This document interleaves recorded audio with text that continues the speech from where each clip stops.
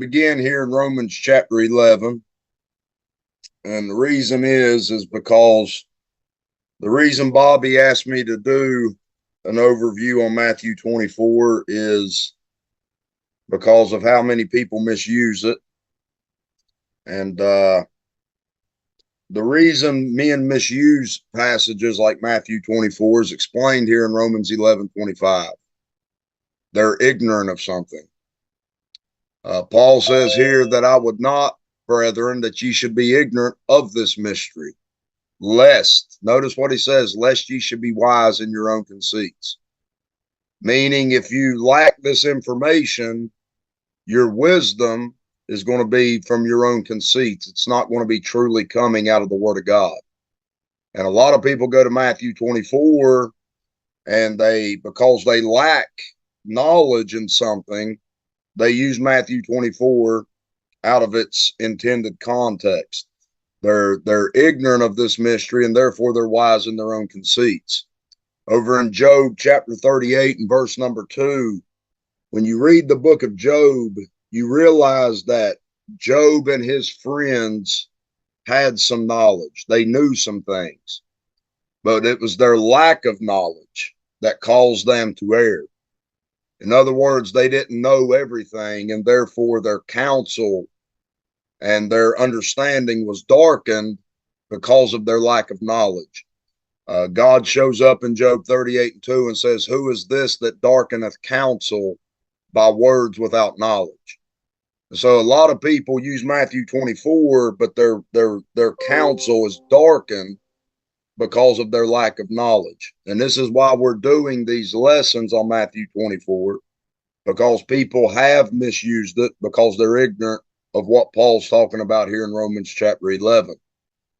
And what he's talking about here in Romans chapter 11, if you look there in verse 26, down here halfway through the verse, he says, and so all Israel shall be saved, which is what Matthew chapter 24 is about. Matthew 24 is not about the salvation of Gentiles. Matthew chapter 24 is about the prophesied salvation of the nation of Israel. There is a prophesied salvation of Israel. That is the nation. The nation at this present time, there's only a remnant of them saved. The vast majority of the nation is in blindness. But there is a time coming, according to prophecy, that the whole nation is no longer going to exist just in a remnant of believers, but the whole nation is going to return to God and be saved. And this salvation, this prophesied salvation, comes at the second coming of Jesus Christ. The nation of Israel is going to be saved at the second coming. And as we're going to see this morning, that salvation comes through Jesus Christ returning and conducting warfare and judgment against the nations. That's how Israel is going to be delivered from their enemies. It's through the second coming of Jesus Christ to come and judge and make war and deliver his people out of the hands of Gentile control. And that's what Matthew 24 is about. It's about this prophesied salvation that even Paul's talking about here in Romans chapter 11. But if you notice in verse 25, he says that something has happened to Israel.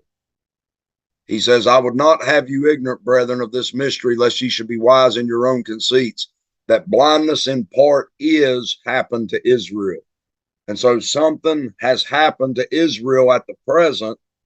The salvation is still going to come, but something has happened to them. And it deals with this mystery. If you look back in Romans chapter 11, if I can get my thing to work here. In Romans 11:7, Paul says, what then? And so Paul's now ready to make a conclusion based on what he's taught in Romans 9:10. And he says, what then? Well, here's the conclusion. Israel hath not obtained that which he seeketh for. And so at this present, Israel has not obtained what he seeketh for, but notice this, but the election hath obtained it. Right now, there is a remnant of Israel that has obtained that salvation that they seek for. But notice this, and the rest were blinded. And so Israel has not obtained that which he seeketh for, but the election obtained it, and the rest were blinded. Now in verse 11, he says, I say then, have they, talking about Israel, the ones that were blinded and fell, have they stumbled that they should fall? God forbid. But rather through their fall, salvation has come unto the Gentiles for to provoke them, the nation of Israel that is blinded, to provoke them to jealousy. And so if you lay this out now, Israel did not obtain that salvation. The election obtained it, the rest were blinded, and then God sent salvation to the Gentiles. And according to Paul, this is the mystery that he does not want you ignorant of. That the nation of Israel, something was sent to Israel, they were blinded to it, and then God sent salvation to the Gentiles, and now Israel is blind in part until the fullness of the Gentiles be come in, and so all Israel shall be saved. Notice that, until the fullness of the Gentiles be come in. And so this is the mystery Paul does not want you ignorant of. Matthew 24 is about the prophesied salvation of Israel. But Israel at this present time is in blindness until the fullness of the Gentiles be come in, meaning Matthew 24 cannot be fulfilled until this fullness of the Gentiles come in. Until the ministry given to Paul to send salvation to the Gentiles, until the fullness of the Gentiles come in, Israel, this prophesied salvation of Israel cannot happen. And so right here, I got a little step-by-step chronology right here. And this is the order of events, guys. This is how biblical chronology is going to work. And if you're ignorant of this, you're going to start taking stuff out of order. Teaching Matthew 24 today as being applicable to the time we live in is because of ignorance, and it's being wise in your own conceits, right? And so the first thing that happened was the blindness and fall of Israel. That happened in the book of Acts. Then the Gentiles were grafted in. That happened in the book of Acts when God sent the apostle Paul to the Gentiles. The Gentiles were grafted in. Israel, salvation was sent to Israel. The election received it, and the rest were blinded. Then the Gentiles were grafted in. And now Israel is going to be in this state of being blind in part until this fullness of the Gentiles become in. That's the mystery. That was never prophesied.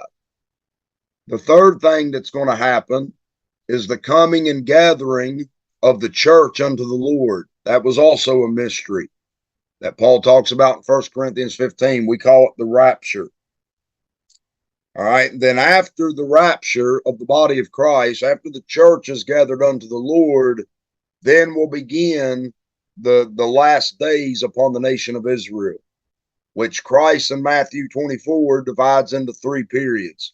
And this is what we've been looking at. The beginning of sorrows, that runs from Matthew 24 to verse 14. The Great Tribulation, which runs from Matthew 24:15 to verse 28. That Great Tribulation will begin, as Christ says there, when they see the abomination of desolation spoken of by Daniel the prophet stand in the holy place. And then you have after the tribulation of those days from Matthew 24:29 through 31. And that's what we're going to focus on this morning is after the tribulation. We've looked all the way up to verse 28. We're going to pick up in verse 29 this morning with what Christ says here. And guys, we're going to be looking at a lot of verses. You're going to have to flip through your Bible a lot this morning. We're going to look at a lot of passages dealing with the second coming of Christ. And what we're going to see here is that Israel is going to go through a great time of trouble. If you remember Jeremiah chapter 30, in verse number 7, it says that it is the time of Jacob's trouble, but he shall be saved out of it. The salvation that Israel's going to be saved with is going to be out of a time of trouble. And the way they're going to be saved is by the second coming of Christ. He's going to come and make war against their enemies and deliver them out of the hands of their enemies. And so here in Matthew 24:29, it says, immediately after the tribulation of those days shall the sun be darkened, and the moon shall not give her light, and the stars shall fall from heaven, and the powers of the heavens shall be shaken. And so notice what he says there, immediately after the tribulation. Get that phrase, of those days. Now, those days there is the last half of what we call the 70th week of Daniel. And we know that that time period lasts for 1,260 days. That's the book of Revelation, chapter 12. And so the tribulation of those days is going to last for 1,260 days.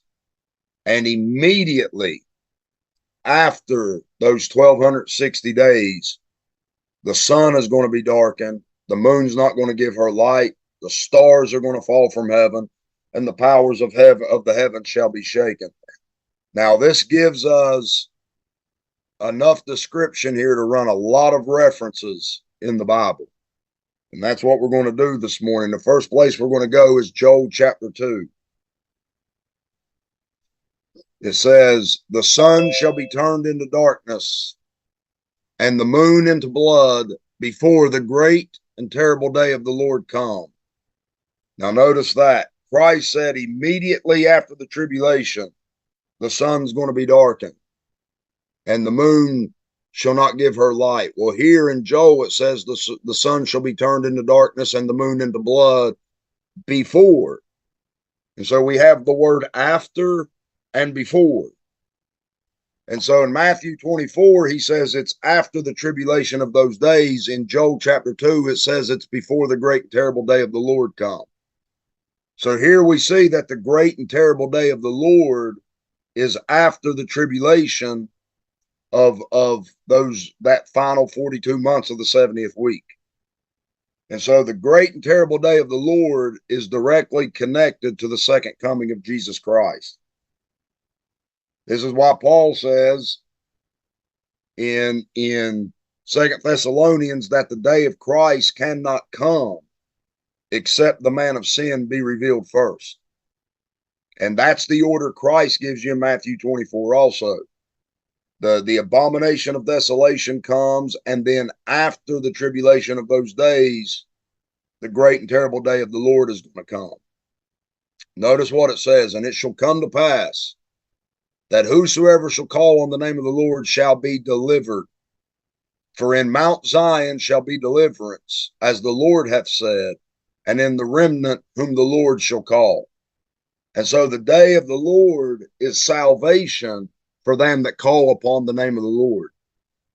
And so they're going to go through a time of great trouble, and then those who call on the name of the Lord in that time of trouble is going to be saved at the day of the Lord. Christ said, whosoever, he said, he that endures to the end, the same shall be saved.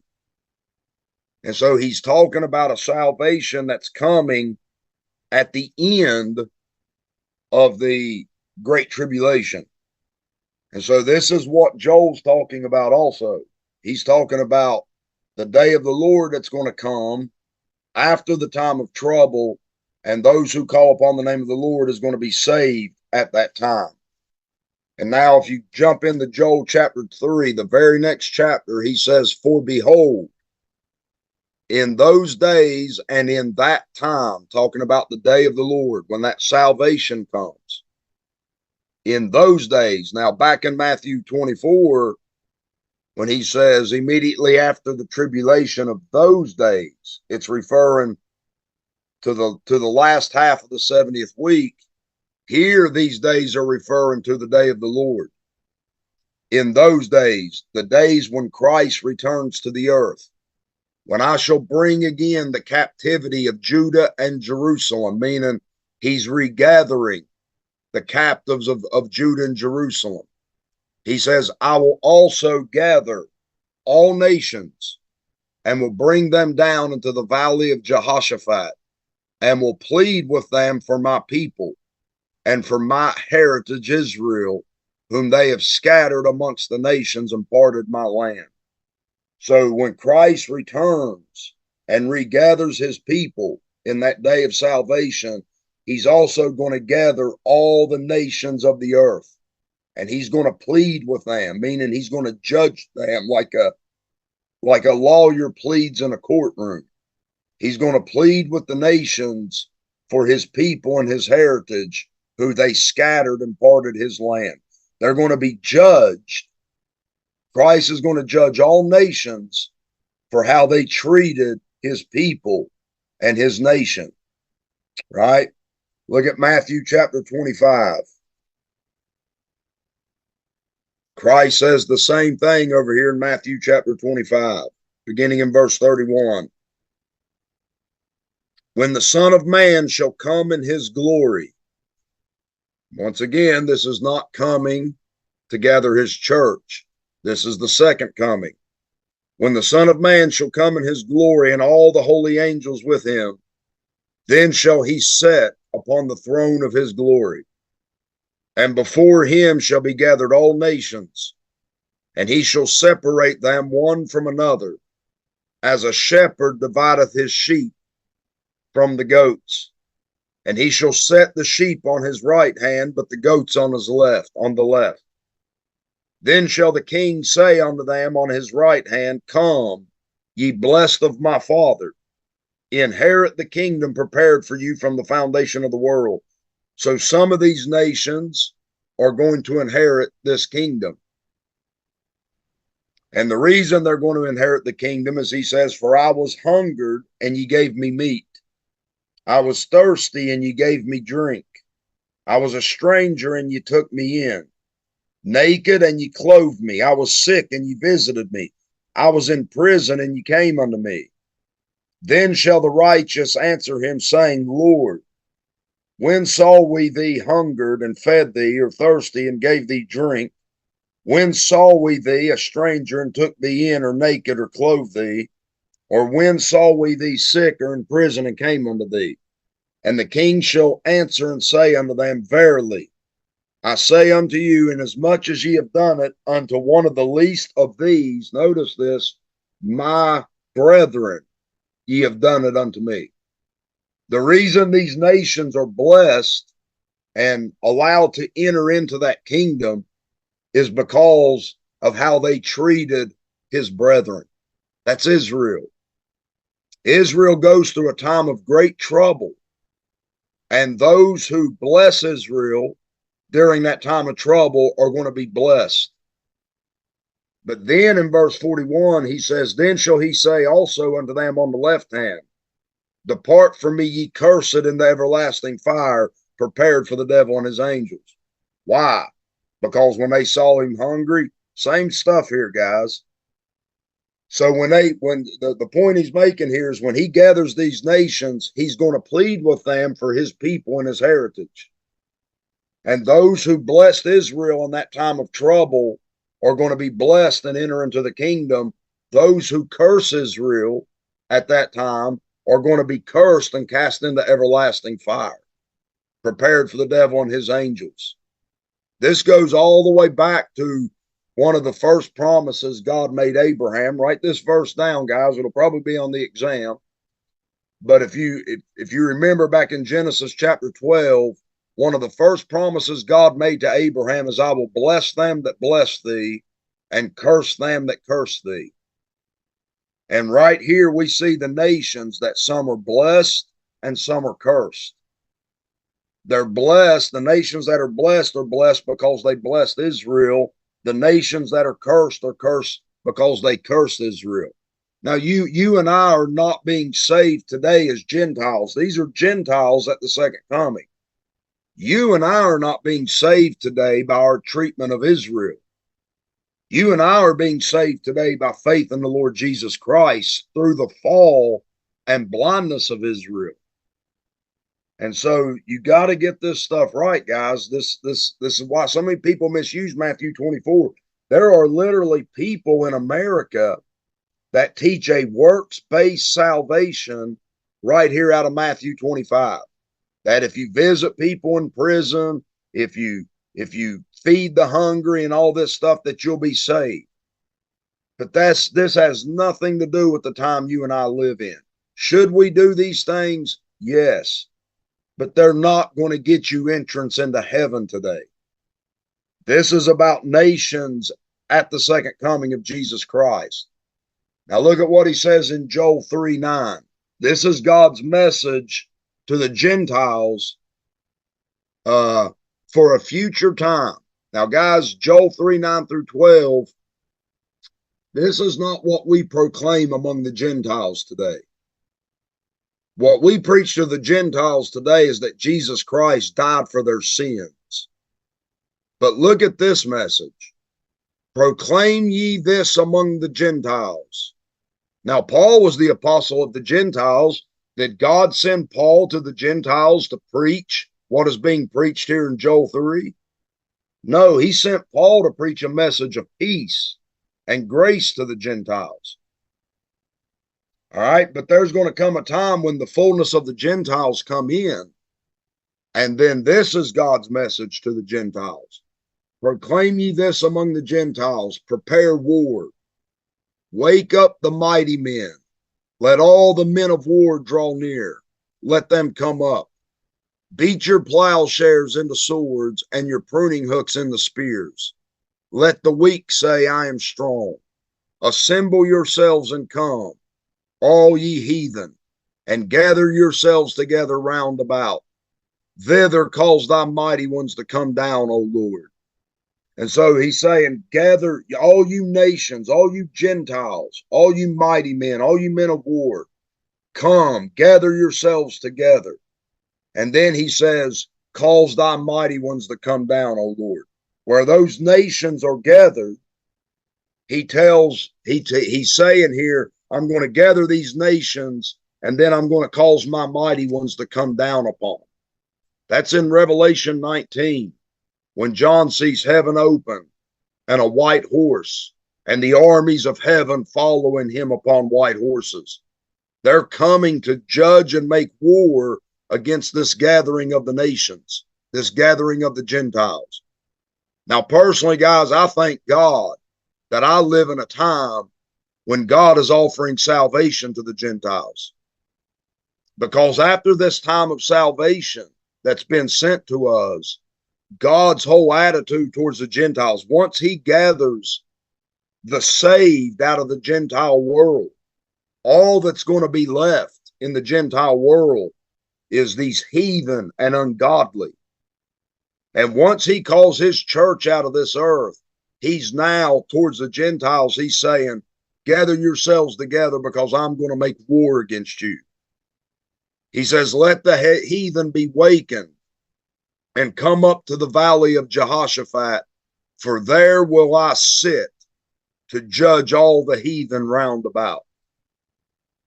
And so notice that there, that what we're talking about here, guys, is this salvation of Israel out of the time of trouble. And the way God is going to save them, if you notice there, two things: prepare war, and then in the last part of the verse, he says, I will sit to judge all the heathen.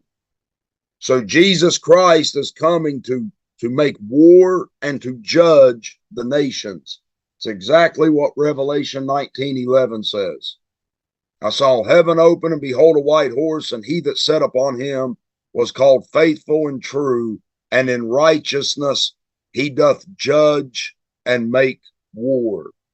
And so the second coming of Jesus Christ is to judge and make war. Joel 3:13, put you in the sickle, for the harvest is right.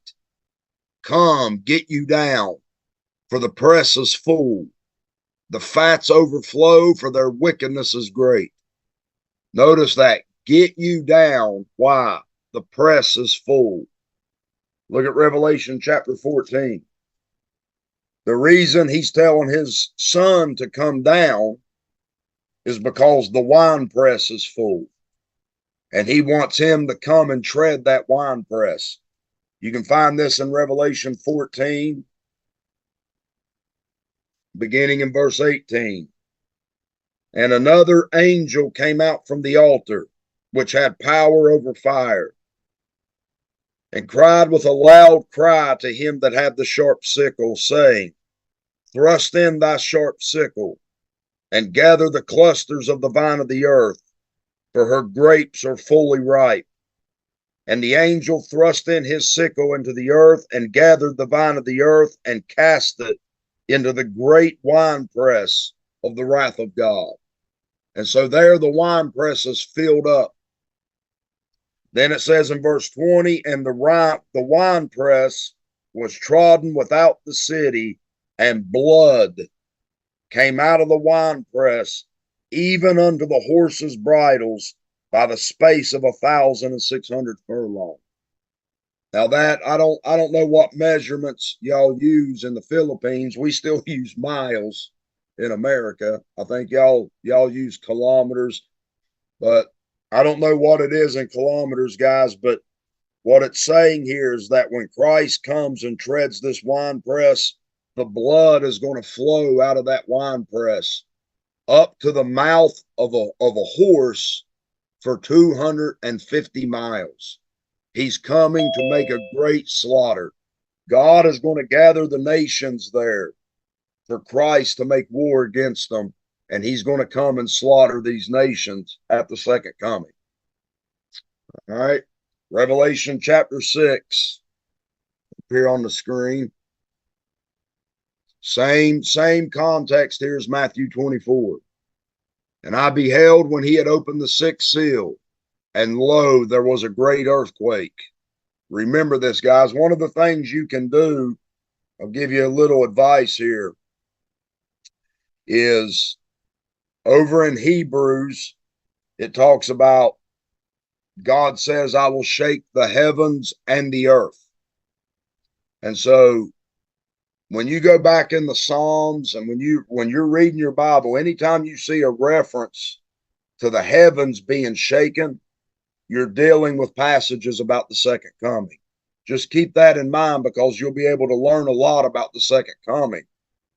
Because when God first spoke to Israel, he shook the earth. But then he says, I'm not going to shake the earth only, but the heavens also. And we're going to look at that prophecy here in a minute. But anytime you see a reference to the shaking of heaven and earth, you're dealing with the second coming. And so you can learn a lot just by understanding that as you study the Old Testament. But it says, and the sun became black as sackcloth of hair. It's like Christ referenced to Matthew 24, and the moon become as blood, and the stars of heaven fell unto the earth, even as a fig tree casteth her untimely figs when she is shaken of a mighty wind. And the heaven departed as a scroll when it is rolled together, and every mountain and island were moved out of its place. Now, this once again, this shows you that the sixth seal is showing you what's going to happen after the tribulation, because Christ said this would not happen until after the tribulation. So Revelation 6:12 is showing you after the tribulation and before the great and terrible day of the Lord come. And it says the earth is going to shake, the sun's going to become black, the moon's going to become as blood, the stars are going to fall from heaven, and then the heavens are going to depart as a scroll, and every mountain and island were moved out of their places. Look at Isaiah 24 to give you a reference for this one. Isaiah chapter 24.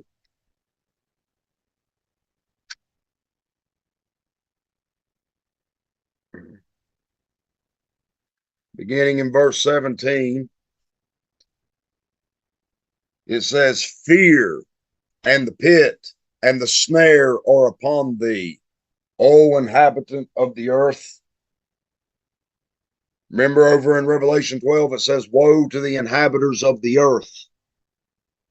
And now it's taught right here in Isaiah 24:17. It says, fear and the pit and the snare are upon thee, O inhabitant of the earth.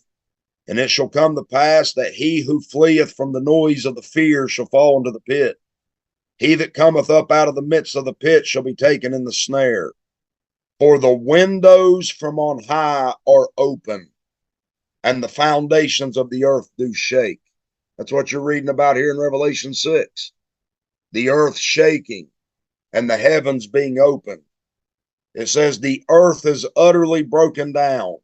The earth is clean dissolved. The earth is moved exceedingly. The earth shall reel to and fro like a drunkard. That's a great earthquake. Right here, great earthquake. Isaiah 24:20, great earthquake. The earth is going to go back and forth like a drunkard. Like a drunkard wobbles, the earth is going to wobble in that day. And shall be removed like a cottage, and the transgression thereof shall be heavy upon it, and it shall fall and not rise again.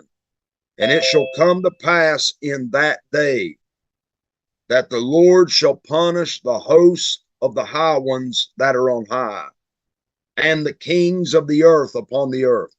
So in that day, God's going to punish the host of the high ones that's in the heavenly places, and the kings of the earth upon the earth. They shall be gathered together as prisoners are gathered in the pit, and shall be shut up in the prison, and after many days shall they be visited. And so these kings and these high ones are going to be gathered together. Remember, the nations that curse Israel are going to be cast into fire with the devil and his angels. This is what Isaiah is about. The host of the high ones is the devil and his angels, and the kings of the earth, they're all going to be gathered together and thrown into the pit. And then after many days, God is going to visit them. That's at the end of that 1,000 years. They're going to be gathered together and judged at the great white throne. I know this is a lot of information, guys, but this is Bible references to what's going to happen after the tribulation. Look in right back in Revelation 16:15 now. It says, and the kings of the earth, what we just read in Isaiah 24 also, and the kings of the earth and the great men and the rich men and the chief captains and the mighty men and every bondman and every free man shall gather themselves in the dens and in the rocks of the mountains, and said to the mountains and rocks, fall on us, and hide us from the face of him that sitteth on the throne, and from the wrath of the Lamb. For the great day of his wrath is come. There's the great and terrible day of the Lord. For the great day of his wrath is come, and who shall be able to stand? And so after the tribulation, these things are going to happen. And then all the kings, all the armies, all these mighty men, they're going to go into the mountains and ask them to fall on them and hide them from the great day of the wrath of Almighty God. Right? Isaiah chapter 2 is a reference to Revelation 6, Isaiah 2:10. I'm not going to read all of this, guys, but just pay attention here. Isaiah 2:10, enter into the rock and hide thee in the dust for the fear of the Lord and for the glory of his majesty. Verse 19 says, they shall go into the holes of the rocks and into the caves of the earth for fear of the Lord and for the glory of his majesty when he ariseth to shake terribly in the earth, to shake terribly the earth.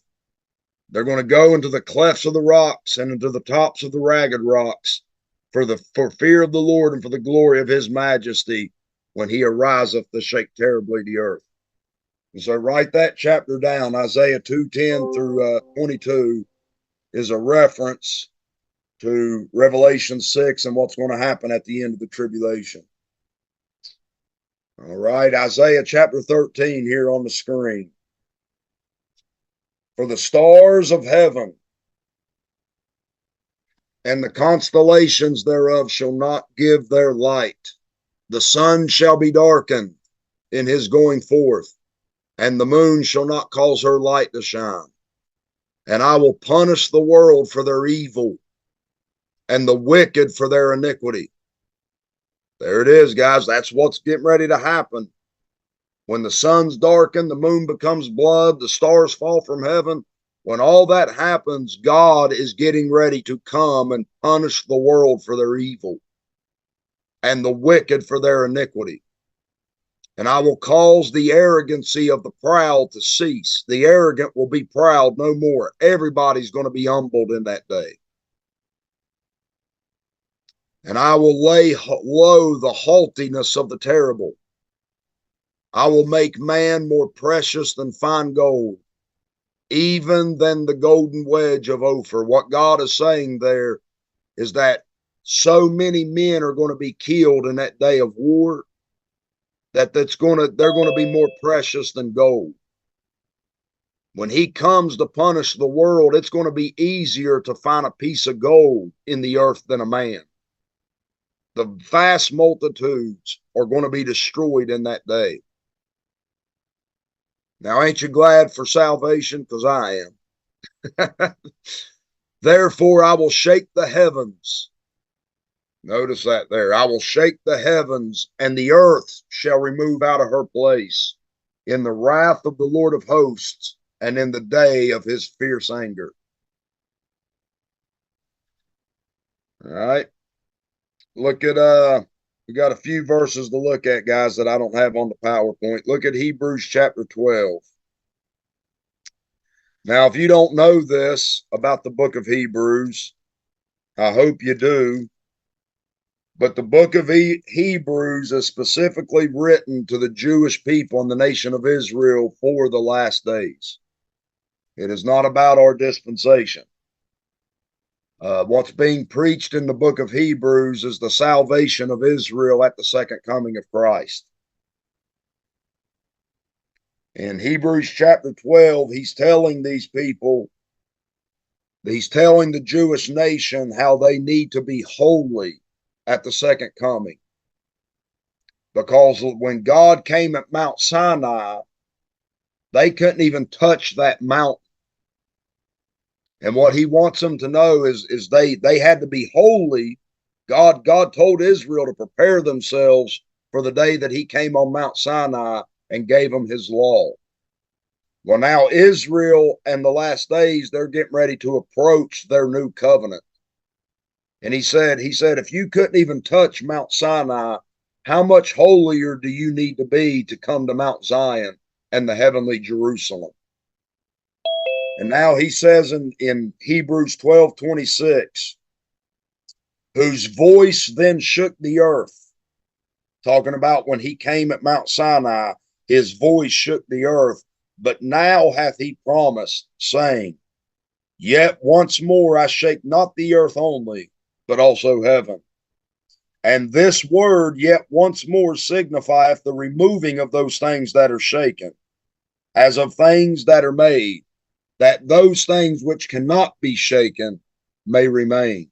And so when God shakes the heaven and the earth, he is removing everything out of creation that is moved. And only what cannot be shaken is going to remain after that day. And what is it? Verse 28, wherefore we receiving a kingdom which cannot be moved, let us have grace whereby we may serve God acceptably with reverence and godly fear, for our God is a consuming fire. And so it's talking about at the second coming, everything is going to be removed except the kingdom of the Lord Jesus Christ. Remember the parable of the sower, the angels are going to gather out of the kingdom everything that offends and commits iniquity. I'm going to go to Haggai real quick. Haggai chapter 2. I'm almost done with these references, guys, but this is, man, there's so much about the second coming in the Bible. It's one of my favorite subjects to study is the second coming of Jesus Christ to establish his kingdom in the earth. But look at Haggai chapter 2, verse 21. He says, speak to Zerubbabel, governor of Judah, saying, I will shake the heavens and the earth, and I will overthrow the throne of kingdoms. God, in that day, when he shakes heaven and earth, he's going to overthrow a throne. Notice it is a single throne of kingdoms. The throne he's talking about there is the throne of the beast, who gets his seat and authority from the dragon. And so the throne that he's going to overthrow in that day is the throne that's been given to the Antichrist by the dragon that's in heaven. He says, and I will destroy the strength of the kingdoms of the heathen.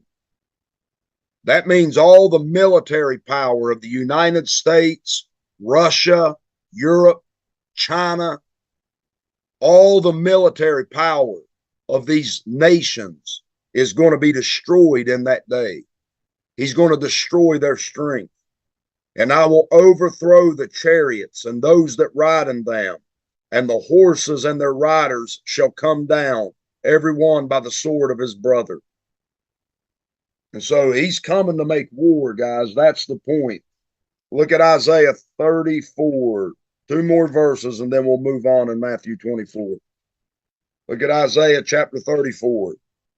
This is one of my favorite chapters in the Bible is Isaiah 34.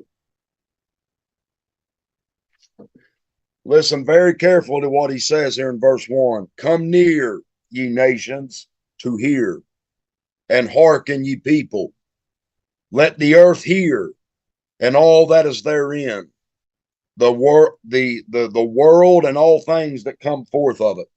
God is calling, this is important, guys. He's calling all nations, all the earth, and all the world to hear what he's about to say.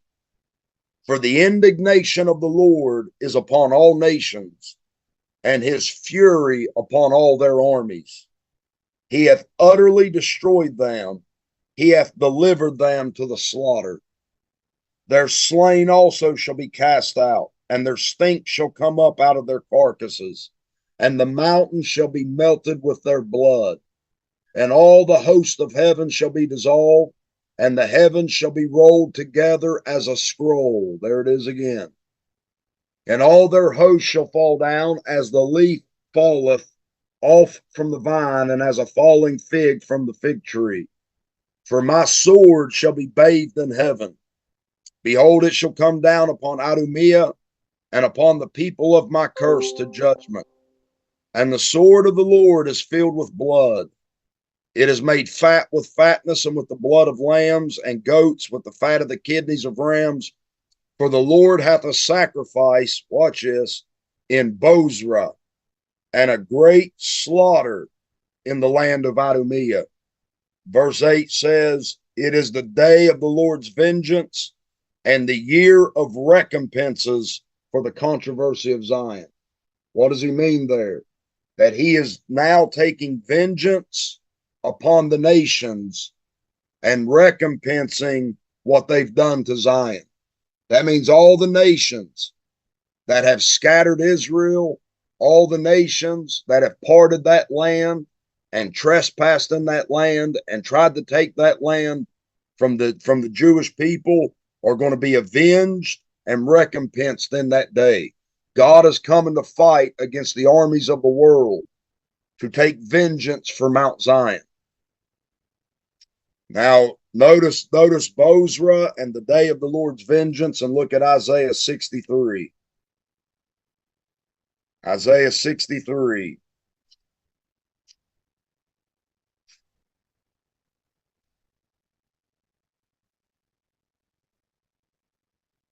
Who is this that cometh from Edom with dyed garments from Bozrah? This that is glorious in his apparel, traveling in the greatness of his strength. I that speak in righteousness, mighty to save. Wherefore art thou red in thine apparel, and thy garments like him that treadeth in the wine fat? So this is the Lord when he comes from Bozrah after he slaughters the nations. Remember, he's going to slaughter the nations in Bozrah. And now when he comes from Bozrah after that war, he's going to be covered in blood. They ask him, why are you red? Why is your garments red? Revelation 19 says that he hath a vesture dipped in blood. And they ask him, why are you red? Like one that's been treading in the wine fat. He says, I have trodden the winepress alone, and of the people there was none with me. For I will tread them in mine anger, and trample them in my fury. And their blood shall be sprinkled upon my garments, and I will stain all my raiment. For the day of vengeance is in my heart, and the year of my redeemed is come. Notice that, the year of my redeemed is come. So he's coming to judge and make war against the nations. And when he does that, he's going to save his people. And so this is the salvation, guys, that Matthew 24 is talking about. You know, so many people take Matthew 24:13. He that endures to the end shall be saved.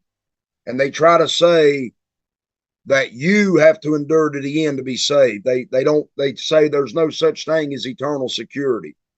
These people don't even know what salvation is being talked about in Matthew 24. The salvation of Matthew 24 is not a man getting his sins forgiven.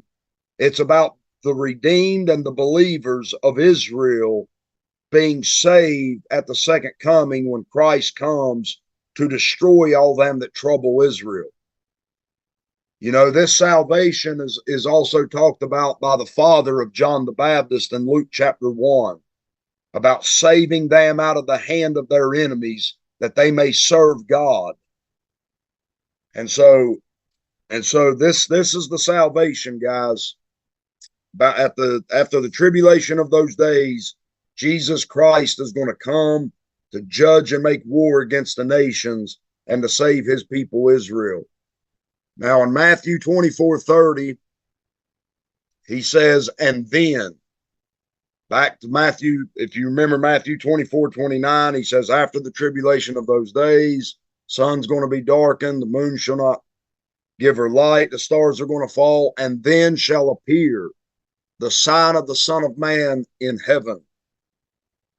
And then shall all the tribes of the earth mourn, and they shall see the Son of Man coming in the clouds of heaven with power and great glory. Now, some references on that. Zechariah 13:9-10.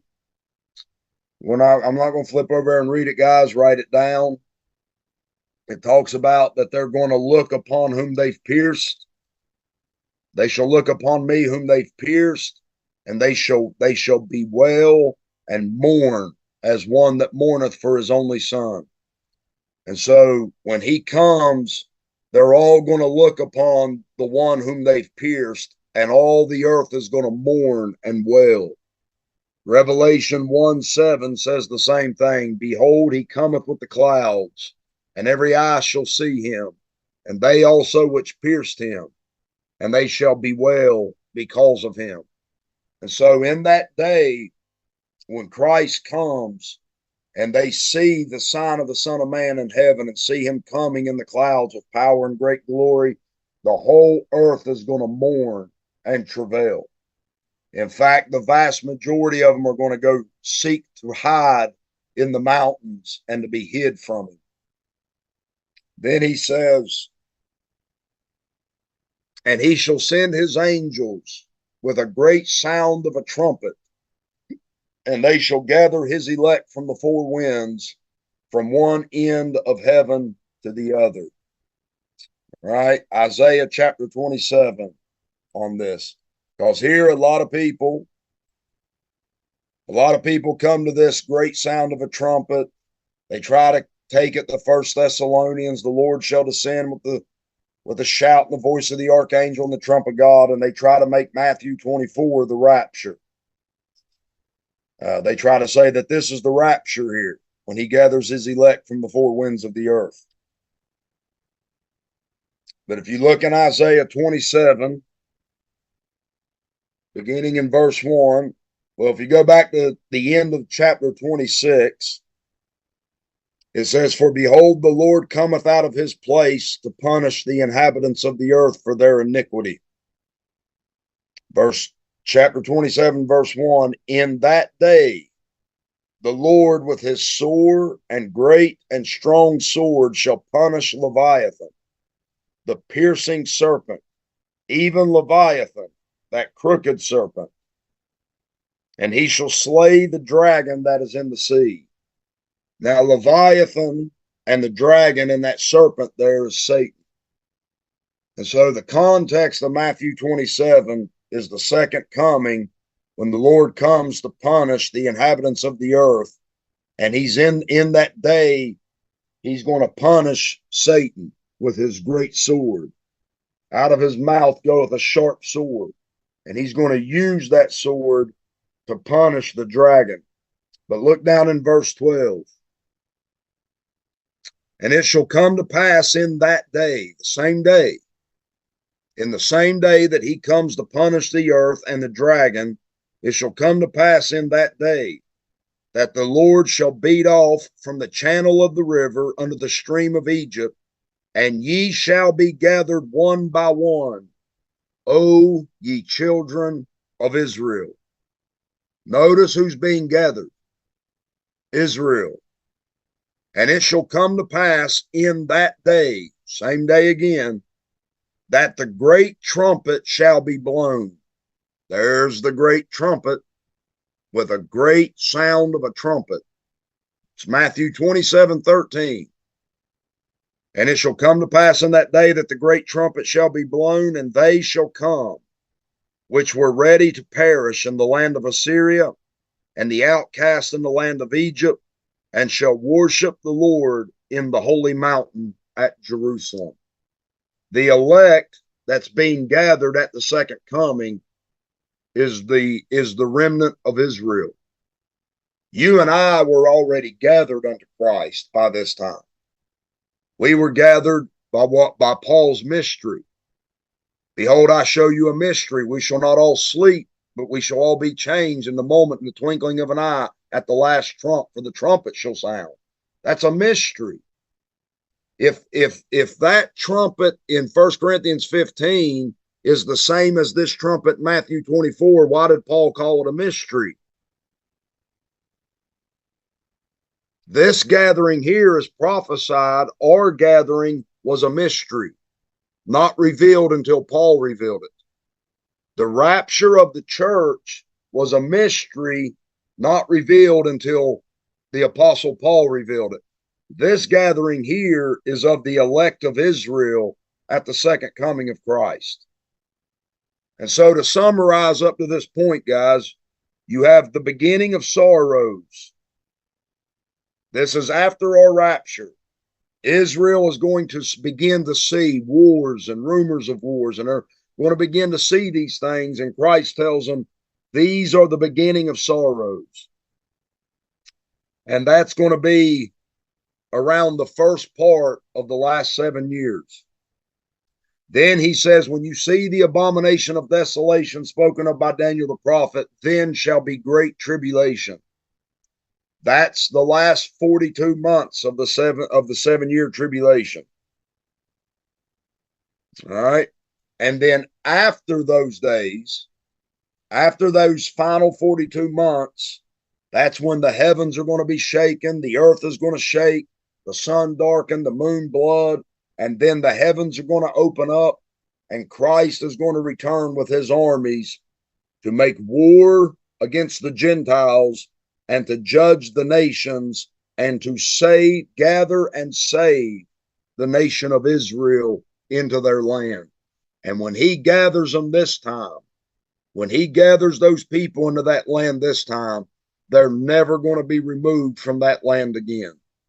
And Christ is going to establish the Lord's house in Jerusalem, and then all the nations that are saved are going to come up to the house of the Lord in Jerusalem and learn his ways and walk in his ways. And so that's what's going to happen. And so come back to Matthew 24 real quick, guys. I'm going to sum up the rest of the chapter, and then the next lesson, we're going to look at Matthew 25 and the three parables Christ teaches over there. And so that's the end of what they asked Christ about. Remember, Matthew 24 began, when shall these things be? What shall be the sign of thy coming and of the end of the world? Christ takes them through everything to verse 31. And then in verse 32, he says, now learn a parable of the fig tree. When his branch is yet tender and putteth forth leaves, ye know that summer is nigh. So likewise ye, when ye shall see all these things, know that it is near, even at the doors. And so, listen, guys, the point he's making here is these things are not going to happen over hundreds of years, decades, over thousands of years. He's saying when you see a fig tree and you see the leaves on it are green, you know that summer is near. So likewise, when you see these things, know that it is near. What? The second coming. And so when they begin to see these things, it's going to happen quickly. The book of Revelation says, things which must shortly come to pass. These things are going to happen, guys, not, if you watch YouTube or you listen to some preachers, man, they put out a video and say the fourth seal has been opened and all this nonsense. And they make the book of Revelation like it's happening a little bit at a time over a long period of time. Christ says, when you see these things, it is near. They're going to happen quick. They're not going to happen over a long period of time. God said that he's going to make a short work in the earth. When God begins to do these things, it's going to be short and quick. Now he says, verily I say unto you, this generation shall not pass till all these things be fulfilled. Now, what does he mean? What generation? The generation that sees these things. That's the point he's making. When you see all these things, it is near. And I say unto you, this generation shall not pass till all things be fulfilled. What generation? The generation that sees all these things. It's not going to happen a little bit in one generation and then a little bit in another generation. No, he's saying when these things begin, then the end is near, and the generation that sees these things shall not pass till all things be fulfilled. It's going to happen quickly. Heaven and earth shall pass away, but my word shall not pass away. So he tells them what's going to happen, and now he wants them to understand this parable of the fig tree. And now from verse 36 to verse 41, he now says, but of that day and hour knoweth no man. Not the angels of heaven, but my Father only. He's saying, look, when you see these things, it's near, it's going to come, and that generation shall not pass, but that day and hour no man knows. Not the angels, my Father only. But as the days of Noah were, so shall also the coming of the Son of Man be. For as in the days that were before the flood, they were eating and drinking, marrying and giving in marriage, until the day that Noah entered into the ark, and knew not until the flood came, and took them all away, so shall also the coming of the Son of Man be. What's he mean? No man knows that day or hour. This is what he's saying. No man knows that day or hour, and the vast majority of the world, when it comes, it's going to take them unaware. They're going to be eating, drinking, marrying, giving in marriage, and the second coming is going to happen, and they're not even going to know it's coming. The vast majority of the world are going to be asleep and unaware. He says, then shall two be in the field. The one shall be taken, and the other left. Two women shall be grinding at the mill. The one shall be taken, the other left. Now, a lot of people read this. In fact, I've even heard songs that say, when Jesus comes, I don't want to stay here. I want to go. And they're talking about this passage. Guys, you don't want to listen. You and I are not going to be here during this time, but that's not a rapture. The one taken is taken into judgment. The one left is left into the kingdom. They want to be left at that time. Because the one's taken, remember what he just said. They knew not till the flood came and took them all away. The flood took them away. Now he says, this is how the coming of the Son of Man's going to be.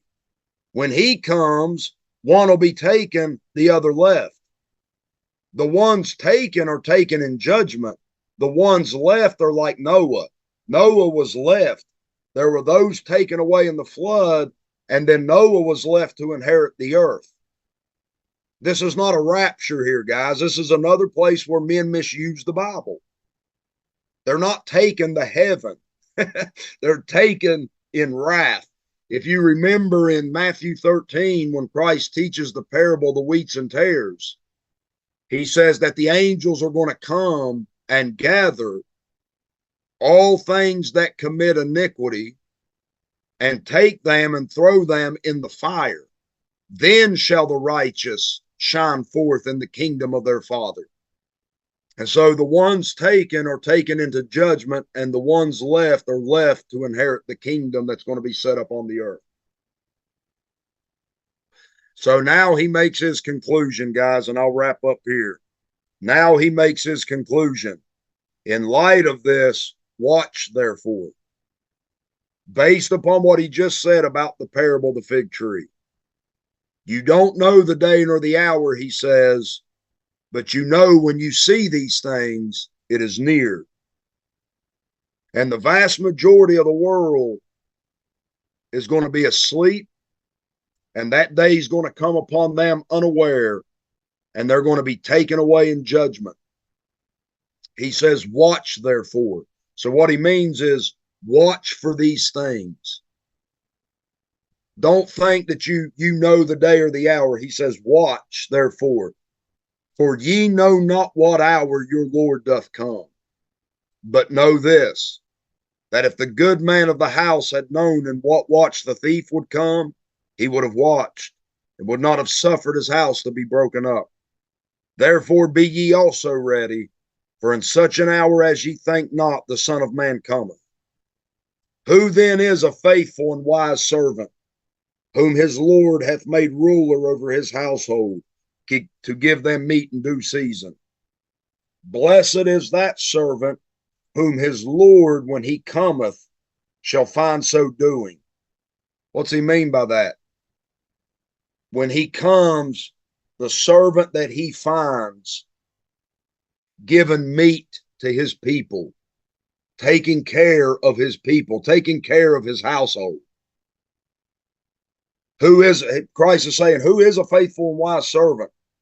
Those whom give meat in due season, that's made ruler over his household. Blessed is that servant whom his Lord, when he cometh, shall find so doing, taking care of those in God's house. Verily I say unto you that he shall make him ruler over all his goods.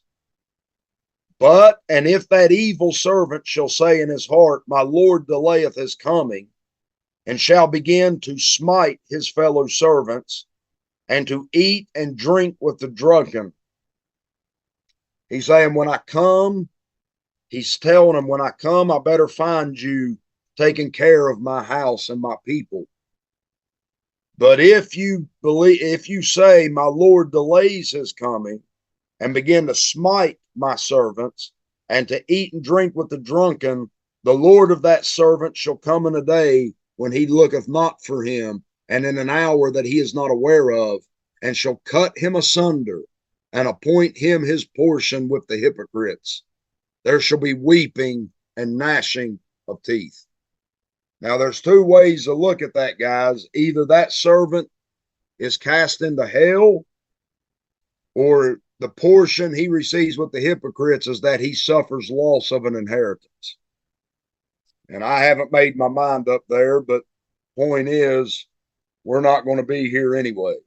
You and I are going to receive our inheritance in the heavenly places. But that's about a servant of Christ during the tribulation period, that if he watches for his Lord and takes care of the Lord's people, when the Lord comes, he's going to make him ruler in his kingdom.